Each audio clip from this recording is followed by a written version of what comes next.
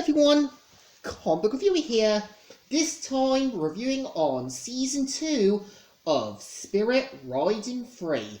Now, Season 2 of Spirit Riding Free was released on September the 8th, 2017, and after covering Season 1, I wanted to do Season 2. After doing Untamed, I decided to kind of do Season 2 at last. So, Season 2 is where I'm thinking the storylines are getting a bit better, you see where characters are being built in, and you kind of see a bit more trying to be serious with the storyline.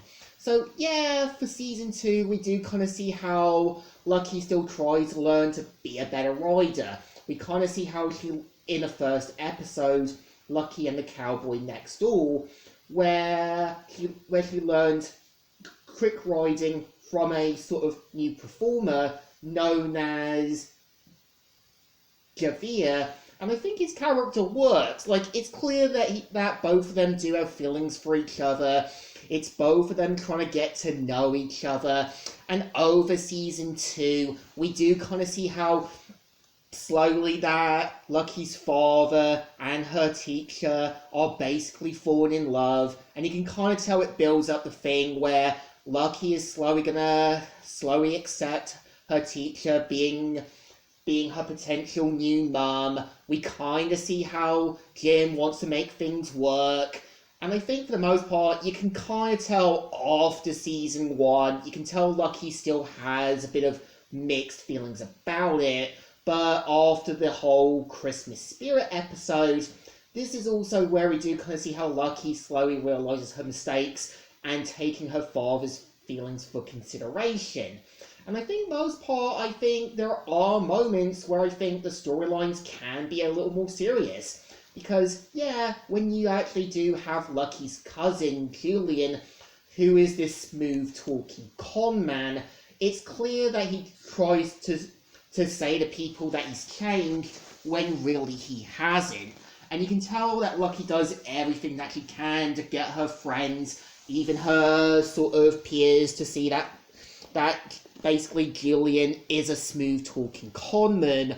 And I think the episode's message in the episode, Lucky and her amazing and fun cousin Julian, is basically that don't trust conmen, also be careful of the black sheep of the family.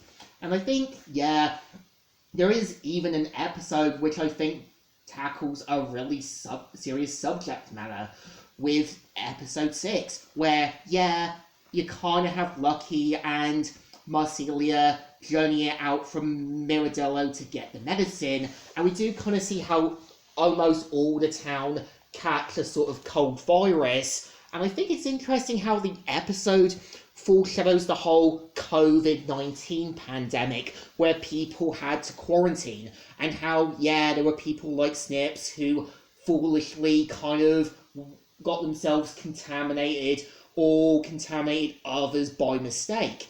And I think it's one of those rare moments where, the stakes are risen higher. You do kind of see where, in my opinion, Lucky as well as Marcelia have to work together to get the flu medicine.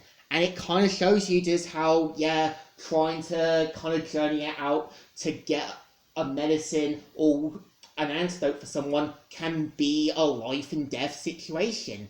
And I think what the final episode for Season 2 gets right at, it does bring back Grayson, and we do kind of see how after he gets interested with Spirit, after Lucky wins the race, we see how he tries to swindle his way into getting Spirit, and I think the last episode leaves it on a perfect cliffhanger. It shows you how Grayson will always have one trick up his sleeve, and Nat's leave from that trick to that one. And I think for the most part, I think Season 2 is trying to build a lot more on the plate. Because, we do kind of see how Lucky kind of starts to be a little more mature. We do see her trying to prove herself. And there are moments in one of the episodes where Jim actually acts like an actual parent. Because after what happens with one of his like, cars that basically Julian uses, you can tell he's understandably furious that one of his equipment got damaged. And yeah, it's even clear that Julian knows how to swindle his way out of anything. And I think, yeah, we're still gonna kind of have the Horseland Saddle Club storyline. And I kind of see where Untamed was trying to fix a lot more things from Riding Free. As I feel like Riding Free is like Miraculous Ladybug, only trying to find itself a little more, well, Miraculous Ladybug already found itself.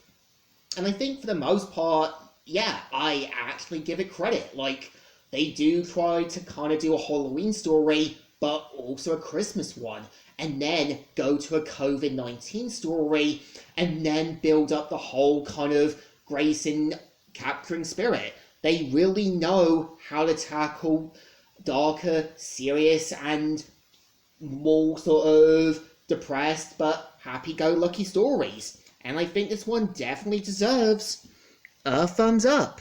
Still good and still alright. So, Comic Reviewer here, signing out.